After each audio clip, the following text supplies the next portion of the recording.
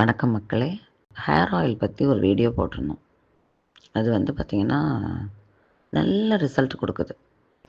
அந்த ஹேர் ஆயிலை நீங்கள் பயன்படுத்திட்டு வர்றீங்கன்ற பட்சத்தில் இந்த ஹேர் வாஷ் சொல்கிறோம், இதை நீங்கள் செஞ்சு பாருங்கள். உங்களுக்கு நிச்சயமாக அதுக்குரிய ரிசல்ட்டை கண்டிப்பாக நீங்கள் கண் கூட பார்க்கலாம்.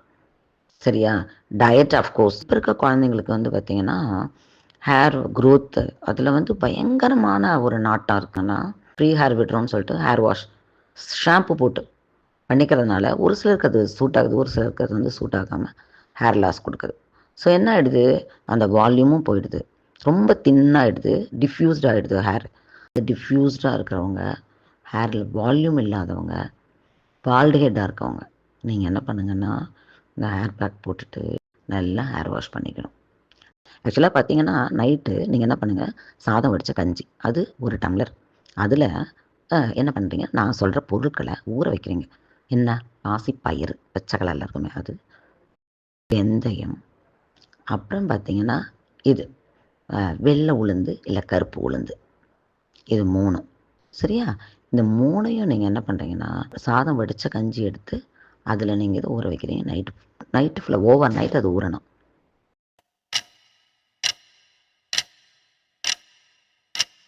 அப்புறம் என்ன பண்ணுங்க, கரிசலாங்கண்ணி பவுடர் நாட்டு மருந்து கடையில் கிடைக்கிது, அந்த பிருங்கராஜ், அந்த கரிசலாங்கண்ணி பவுடரை அதில் ஆட் பண்ணுங்கள், 1 ஸ்பூன். அடுத்த நாள் காலையில் பேஸ்ட்டாக அரைக்கிறீங்க.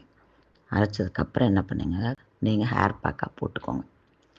போட்டுட்டு அந்த மீதி இருக்க தண்ணி ப்ளஸ் இந்த ஹேர் பேக் போட்டதுக்கப்புறம் மீதி இருக்கிறது, இதை மட்டுமே நல்லா போட்டு தேய்ச்சி நீங்கள் ஹேர் வாஷ் பண்ணுங்கள்.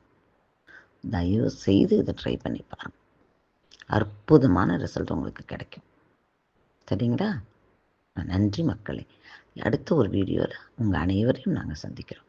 நன்றி, வணக்கம்.